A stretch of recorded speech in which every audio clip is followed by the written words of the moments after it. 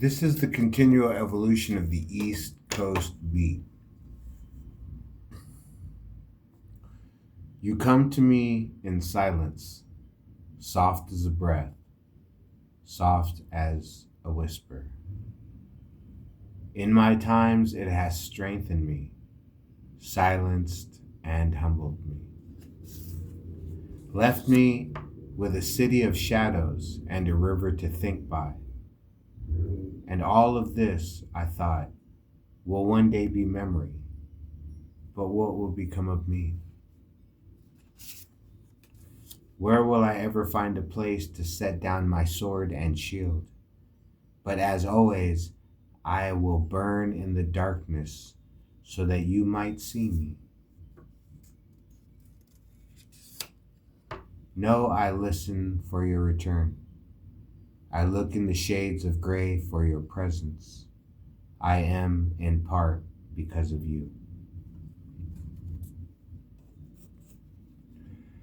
According to the internet and the personality quizzes that I've taken and the algorithm that seems to have set in, I am an introvert.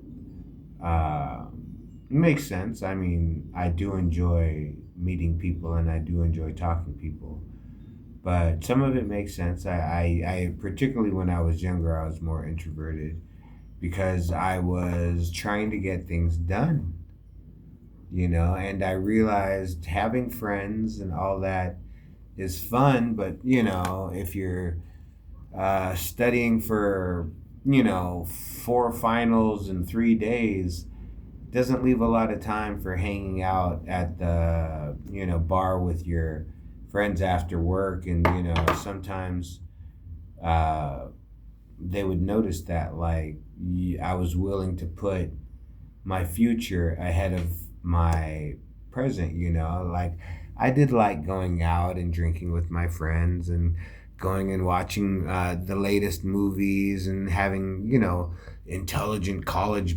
educated question, conversations about what we thought was the being said in the movie. What do you think that the guy was actually talking about?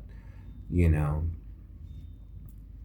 and I had my thoughts and they had theirs, and we all had good time.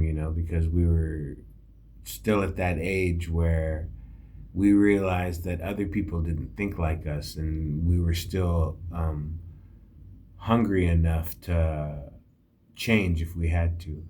Like, let's say you lived a certain way, and this way got you what it did. It got you certain rewards, and it cost you certain sacrifices, and certain wins and certain losses because of how you decided to live your life. And then at one point, you realize not everybody lives like you. You're a certain age, 18, 19, 20. You drink, nobody else does, or you don't drink and everybody else does, or you don't go to high school parties, or you do and nobody, you know what I'm saying? But you start to set yourself up as an individual by how you are in society. As an introverted person, they say we step out, we step into ourselves. So that makes sense because, like I said, I always figured I was about 70%. I mean, I was smart enough and I was strong enough, and that in the end, I figured I'd be about 70%. I never figured I'd be super rich or a CEO of a company, but I also never figured that I mean, I fought not to be homeless and in jail. You know what I'm saying? I mean, like, sometimes when I start thinking certain things, I think, why doesn't this happen? Why doesn't that happen? And I'm up in arms, over some issue that most people just let go. But, that's why, like I said, I do what I do and I try to remain calm. And, I've had revelations come to me at 3 o'clock in the morning, and luckily I haven't acted on them until I realized, man, that was just a manic thought. That was just a pixie dream. That was just this fantasy that I had worked out in my head that would work. But after 5, 6, 7 hours of sleep, I realized that was just a one-off. That's like writing 13 pages in a story. You did it. Congratulations. But how that is reality, but how that fits in the larger reality may not work out the way you thought it did. Like, oh, that'd be a great idea. Oh yeah, maybe that would, but do you really want to do that? Like at one point when I was watching MMA, the UFC fights, Tough Enough, they used to have this competition where they would train for $100,000 contract, and it was like a 3 month or 4 month show. So I would watch that, and that got me into training for the UFC because I was like, all these guys are walking around with, guillotine and rear naked choke, and I didn't know any of that. And I didn't want to get caught up, by somebody that took 6 months of school. So I went and took, a couple 6 months here, 6 months there, a year here, a year there. And for a while, like I said, you know, I supposedly I was good enough that I could put you in a standing lock. Like I could lock your wrist, I could lock your hand, I could lock your elbow, and then wouldn't have to hit you, wouldn't have to punch you, wouldn't have to kick you, wouldn't have to throw you to the ground. So that's where I was at with that. But like I said, that all came from just watching UFC. I mean, because before that, like the ultimate was like boxing. If you wanted to be a tough guy, you took a couple years of boxing and then you were unbeatable in the fight. But the UFC changed all that because they showed you that you don't need to hit anybody. You can grab them, you can submit them, you can choke them, you can knock them out, without punching or kicking them. So that's what kind of lured me to the submission side of MMA because I was in Taekwondo and kickboxing, which is striking. But then, like I said, one time this kid came into the Taekwondo gym and he had been training Brazilian Jiu Jitsu and grappling. And I had wrestled for, one year, my senior year in high school. I was on the C class wrestling team, the third string. And I'd wrestled a year in high school. And, this kid I pinned him, but he held his own, you know what I'm saying?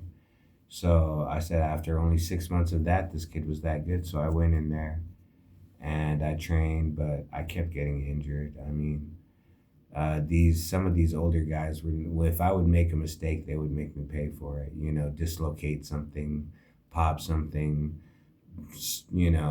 pull something.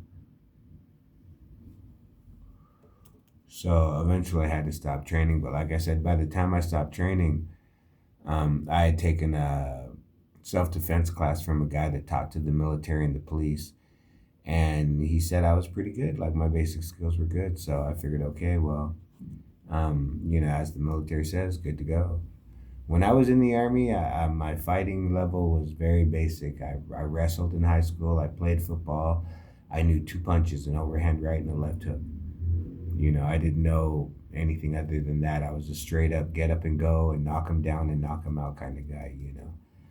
And then after training for a couple years in different martial arts, like I said, now it's like, okay, now maybe I can just, if he comes in for the punch, I can grab his arm and wrist lock him. I don't have to knock him out with the right hand, or I don't have to kick him in the fucking leg and make him limp and then choke him out. You know what I'm saying? So I calmed down as I got older because as I was growing up, what it meant to be masculine was like, I know it's super masculine today, like with Captain America and Thor, those guys aren't. I mean, those guys are in the gym 3 hours a day, whatever they do to get those bodies. And they're doing masculine things. They're fighting to the death on in their movies. They're fighting for the world, for other people, for honor, for righteousness, for things like that. So they do set an example. But when I was growing up, we had Rambo and Terminator. We had like the ultimate, slaughtering machines. These guys were, beyond human, and they had the biggest guns and the biggest knives, and they fell from helicopters and still survived. That's what we had growing up to emulate to as men. You know what I'm saying?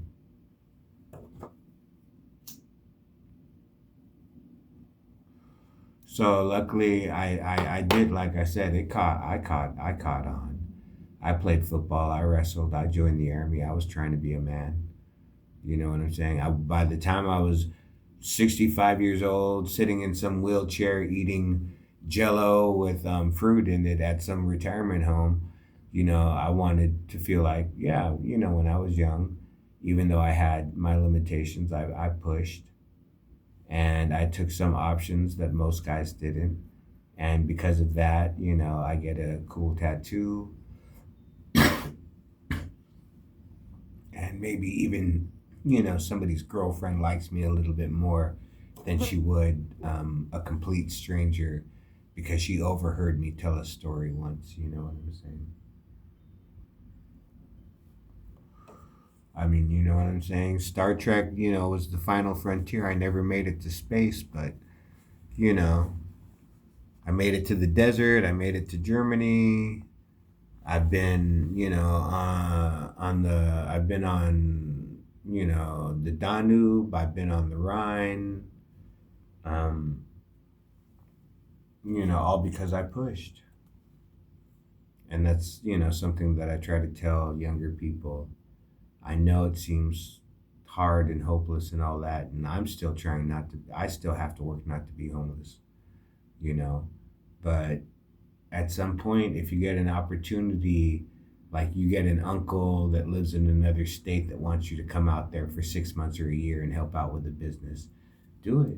I mean, go someplace else, plant your flag, and see what happens. Maybe you're only held back by your city because it's all you've ever known.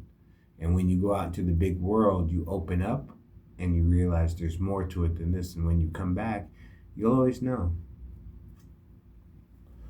Big potato, little potato, whatever, you are, there's a world bigger than this. You know what I'm saying? The nicest house in this town is not the nicest house in the world. The cool kids in this town are not the cool kids on the other side of the country. You know what I'm saying? So, but it's because of certain people. Like, it's because of certain people that they caught me. They caused me to stop long enough to pay attention to them and listen to what they had to say. And I got influenced by their music because I was like, okay, this is not me. This person is not me. So let me stop. But I enjoy being with them. So let me stop and see what they're about and listen to their music and read their books and, do all this stuff. And even though it wasn't me, like I said, I have an understanding, which was probably one reason why I liked to write when I was younger, because I understood that there's more than one way to live life. There's more than one point of view. There's more than one goal at the end of the day. There's more than one, there's more than one person living in this world. And as a writer, I'd always wanted to be the voice of the people, of the generations, not only my generation, but those that would come. Those that would, half my words are taken from other writers, like Kerouac, End of the World Sadness. I understand that. First, I felt it, and the first time I read that, and then when I heard Kerouac say that on YouTube, End of the World Sadness, Inner City Madness. It makes perfect sense to me. So maybe something that I say along the way, some 15, 16-year-old kid one day hears it and says, you know what? Maybe it's not so bad if I try to be a little manly now, so that when I'm older and I have arthritis, I can say I played football. I may not be a 65-year-old guy that can, hop on the bars and do a 100 set routine, But I played football. I was in the army. I've wrestled. I was tough, and and I've been soft, at certain times, and I've held women, for the last time, knowing that it was the last time. Both of us, knew it was the last time, and I've held women for the first time, and both of us knowing that, you know, it was the beginning of something. But like I said, in my life, you come in the breeze and you dance in the wind before me and you shake like a leaf in a tree, you know, and that's just how life is. And, is there another side? Is there more to that? I mean, that's the whole thing.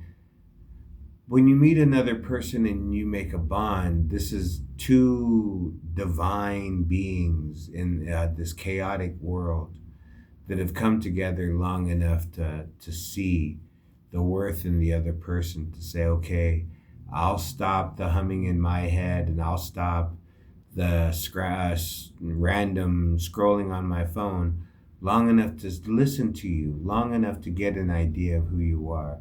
So if I never see you again, at least I can say I knew this much about you, this stranger now in my life. There's somebody else out there living this life too, you know what I'm saying? So the continual evolution of the East Coast beat. I listen for your return. I look into the shades of gray for your presence. I am in part because of you. Remember that. Some people, at certain points in your life, you have to pull in to get certain things accomplished. If you're doing something that requires a lot of man hours to take care of and you're the only one that can do that, you have to do that. But then there'll be times when you have plenty to just sit, talk to your neighbors, talk to your family, talk to your friends, and get a little softer and a little deeper than you normally do, because you don't have to concentrate on getting something else done. Now you can spend time with the people around you, so that when you are 65 years old, there'll be people around you that have known you for 30, 40 years that can still be happy. Oh yeah, I know this guy, he used to play football, he used to do that. They're happy to share their stories with you because you brought them so much happiness along the way. The continual evolution of the East Coast beat.